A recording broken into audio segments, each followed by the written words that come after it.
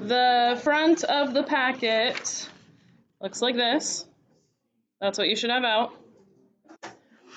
I did have a request to go over one of the problems, so we're going to do that. So look at the very end, this part right here.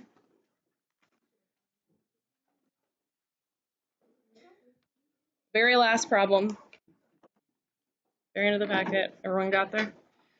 All right, so it says to consider two different functions. The first one is a parabola that has moved to the right 1 and down 5, and it's right side up. So is that the black line or the gray line? It's moved to the right 1 and down 5, and it's going up. That's the black line. So on my picture, I'm going to go ahead and label that this is f of x right there. That one right there is f of x. And then the other one is upside down. It has moved to the right 3 and down 1, so that means that the other one is g of x right here. And the first question they said is, where does f of x equal g of x? So what should we see in the picture if the two graphs equal each other? Where would the two graphs equal each other? Oh, where they intersect? They intersect, where they cross. Okay, can you tell me what the values are? Yeah, they cross at 1. Where else do they cross? At 3, yeah. So an x value of 1 and an x value of 3. So I'm going to say x equals 1 and 3. Those are the two x values where they cross. If they had asked us for the y coordinates, where f of x equals g of x, what would we say? Yeah. Yeah, so at the point 3, -1, and at the point 1, -5. So if we wanted to write the points, we could. Typically, when they say where, they're asking for the x value, typically. All right, it says, where is f of x bigger than g of x? And what they really mean by this, because f of x is another way of saying what? Y. They're saying, where are the y coordinates for the black line bigger than the y coordinates for the gray line? So where are the y coordinates for the black line bigger than the y coordinates for the gray line? Yeah. Or would it be above that at the... Yeah, so she's looking right here. You can see that the gray line is above the black line. You see that? That's almost like the backwards version of what we want to find. So we want to see where the black line is on top, which means we're looking right over here. Do you guys see how if you compare the black line and the gray line, the black line is higher? So we're going to say all the x values from -infinity up to 1. Does that make sense? So if I look at an x value of -5, the black line is going to be above the gray line. If I look at an x value of 0, the black line is above the gray line. If I look at an x value of +1/2, the black line is above the gray line. So I'm going to say the black line is above the gray line from -infinity to 1. If I'm saying that the black line is bigger, has a bigger y coordinate than the gray line, should I put a bracket here or a parenthesis at 1? What happens at 1? They equal each other. So am I going to say the black line is bigger than the gray one when they equal each other exactly? No. So I'm going to put a parenthesis. Okay? Because if they're equaling each other, you can't say one's bigger than the other. Okay. So we've got that portion, and then we've got another portion of the graph where the black line is above the gray line. Where is that happening?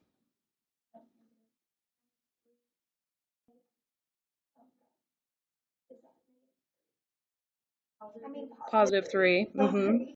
You're good. So over here, right? So if we look on this side of the graph, we can see that the black line is above the gray line, and that's from an x value of 3 all the way for the rest of the graph. So we would say 3 to infinity. And then what do I put in between if I have two answers? I put a u. Okay. The next question says, where are both functions increasing? So what I'm going to do real quick is I'm just going to go back to the graphs with the increasing and decreasing so I can see where both of them are increasing at the same time. So if I look at f of x and I put my little stick figure dude right here, what is he doing first? falling, he's decreasing, he's rolling down the hill. And then he hits the vertex of the graph, right? And then what does he do? Then he increases. So this part is increasing, this part right here is also increasing. Okay, so go ahead and label that on your paper. So for f of x, we have he decreases until he hits the vertex, and then he switches directions and he starts increasing. For g of x, I have my stick figure right here, and what's he doing first? Yeah, he's increasing and increasing, and then hits his vertex, and then he starts decreasing and decreasing. Okay, so where are they increasing at the same time?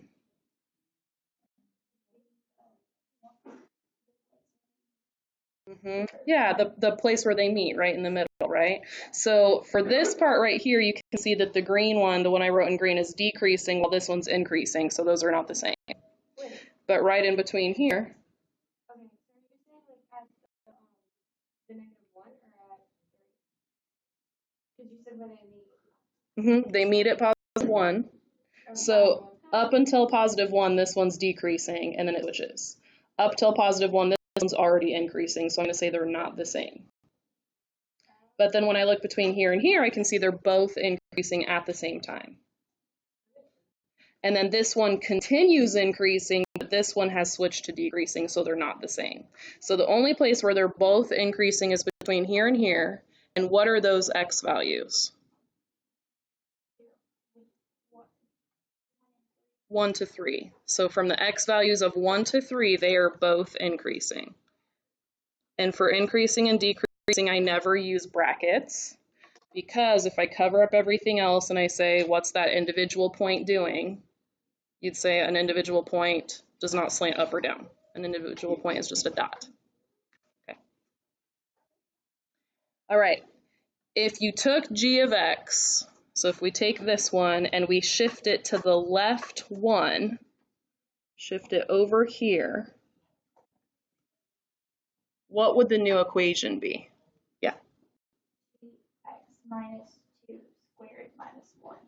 So we would have negative Oh, wait, g of x, and then what would be in the parentheses? Perfect. So it'd be x minus 2, because instead of the vertex shifting over 3, it would just shift over 2, because we took it and we moved it to the left one. So x minus 2 squared minus 1. That's what the equation would be. Okay. So, like I said yesterday, these are not going to be on this test, but we've seen stuff like this. This is the second time really we've seen it. We're going to see it a little bit more, and then it's going to start being on tests. Okay, so I just wanted to get you guys used to asking some questions about it before I started making you prove to me that you understood it, if that makes sense. All right, do you guys want me to go over another one of the completing the square problems? Or are we, yes, which one?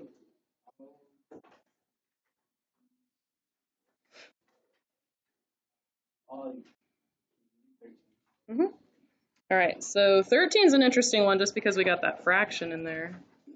So what's the first step when we do completing the square? Yeah, minus the 35. So we have y minus 35 equals 1/4 times x squared minus 6x. And now what do? I have to divide the 1/4. So I have y minus 35, divide out the 1/4. And if I want to do -6 divided by 1/4 in my calculator, I have to type -6 divided by, and I have to put the 1/4 in parentheses. So you can type it in like that, or if you want to type in alpha y equals, so you can divide it like a fraction, you could put -6 on the top and 1/4 on the bottom. And it's -24. So when we divide by fractions, the number gets bigger, not smaller. Yeah. No, sorry. So yours is going to be the first one. That's how you're going to have to type it. Yeah. Okay. So when I do that, I have got minus 24x plus, and then I leave myself that little blank there. And then what do I do? Divide 24 by 2. So I have negative 24 divided by 2 is negative 12. And then negative 12 squared is 144. Okay, so the number that completes the square that fills in the blank is 144. But did I really add 144? No, I really added 1/4 of 144. So what's 1/4 of 144? Lots of calculators out there right now. 1/4 of 144 is 36. So we added 36 to the right side. So what should we add to the left side? 36. So I have y plus 1 equals 1/4 times something squared. Oh, gosh. No. All right, so we have the parentheses. What goes inside the parentheses? X minus 12. So the number you got when you divided by 2, that's what goes in the parentheses, x minus 12. And we are almost done. We just have to get that y by itself.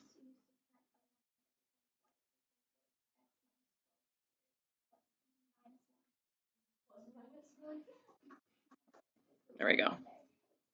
So subtract the 1 over. What are the transformations? Vertical compression by 1/4. Right 12, down 1. Did you guys notice the instructions for this section, 1 through 13, asked you to find the transformations for every single problem? Yeah, did we do that? Did we do that? Marvelous. Okay, so that packet should be done. That was your homework last night. So I'm gonna come around and pick up that packet.